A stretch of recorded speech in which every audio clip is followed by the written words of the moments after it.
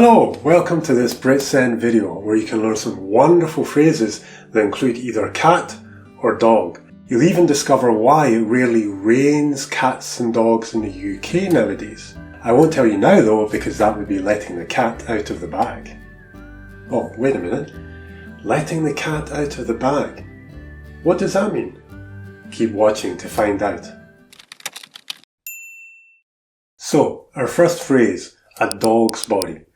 Now, it's actually a dog's body, but in modern British English it's written as one word, a dog's body. So, if someone has a dog's body, what does it mean? They have a cute tail and fluffy ears?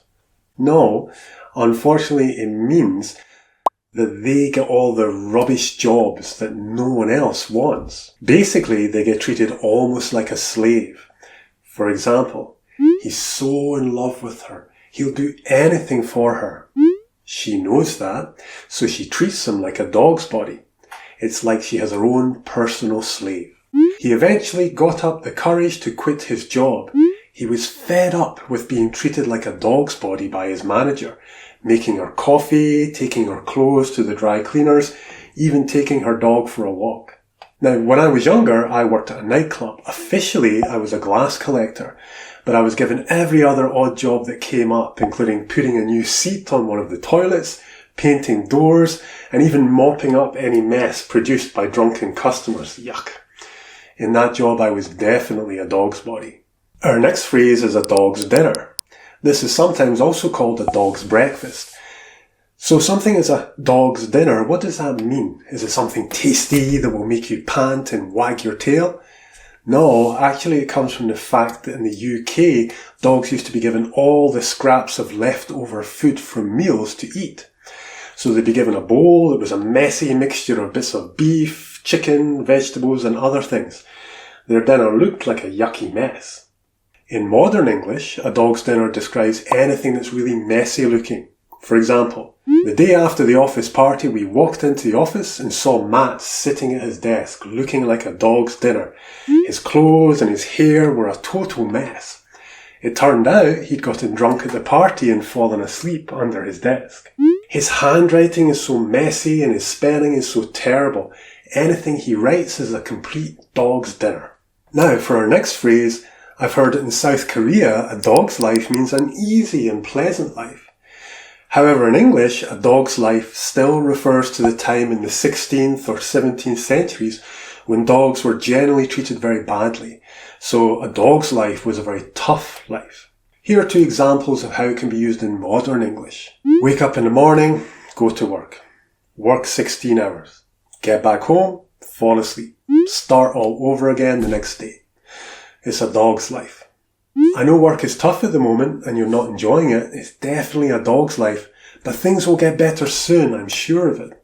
In modern times, a dog's life is sometimes used in an ironic way. For example, I remember sitting in a colleague Samantha's house with her and another very pretty friend. Both of them were sitting on the sofa with Samantha's pet dog. They were both giving the dog cuddles, saying how handsome it was, giving it little kisses. Oh, you're such a handsome fella. Oh, come here, you're so gorgeous. My male colleague and I were looking at this dog, getting all this attention from these two beautiful ladies. We were both thinking, it's a dog's life? Are you kidding? I'd love to have that dog's life. So that's 3 useful dog phrases. What about cats then? Well, our first phrase is couldn't swing a cat. This means a room is so small that if you grabbed a cat by the tail, you wouldn't be able to spin it around without it hitting any of the walls or the furniture. But who would be insane enough to try and swing a cat by the tail or to measure their rooms using animals? Some examples of how the phrase is used. I remember my very first flat in London. The bedroom and living room were tiny. You couldn't swing a cat in either of them. Practice dancing in here? Are you kidding? You couldn't swing a cat in here. We'll be lucky if we can practice standing. What about let the cat out of the bag, the phrase I used earlier? Well, it means to accidentally reveal a secret. It's believed to come from hundreds of years ago when people would sell piglets at market. The seller would put the piglet in a cloth sack for the buyer. However, while the buyer was counting their money, the seller would quickly swap the cloth bag for one with a stray cat in it. If the buyer noticed it was a cat in the bag, the seller would be in big trouble. Some examples of its use in modern English. I'm going to kill him! I knew he'd let the cat out of the bag. He's always been rubbish at keeping secrets. Frank told the boss he was in hospital, but the boss just saw pictures of Frank sitting on the beach on his Facebook page. That's really let the cat out of the bag. Our next phrase is money in the kitty. Its origin is unclear, but it might be from the American Wild West, when ladies called kitty working in bars were often given the money bet during poker games to hold, so that none of the poker players could cheat or run off with the money.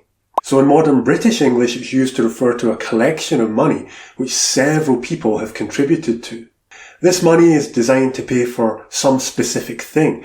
It can be used for flatmates, keeping a collection of money to pay for electricity bills together. Office workers collecting money to get one of their colleagues a gift.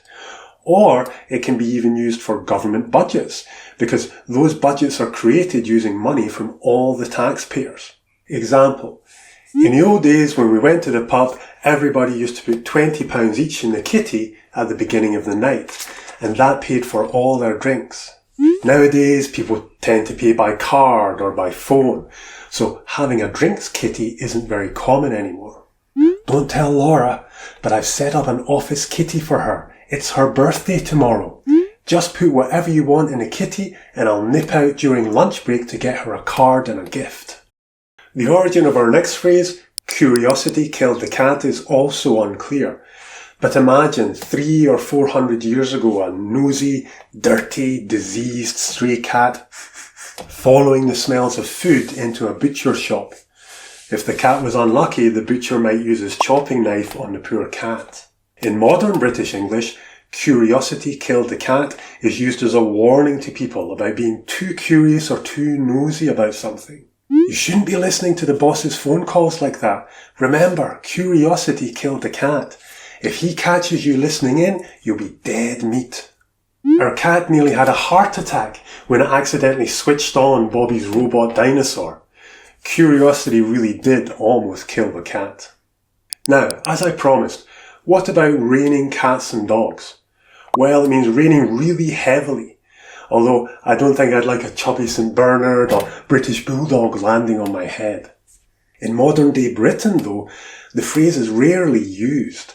You're much more likely to hear someone say, you better get your raincoat on, it's pouring out there, or it's chucking it down.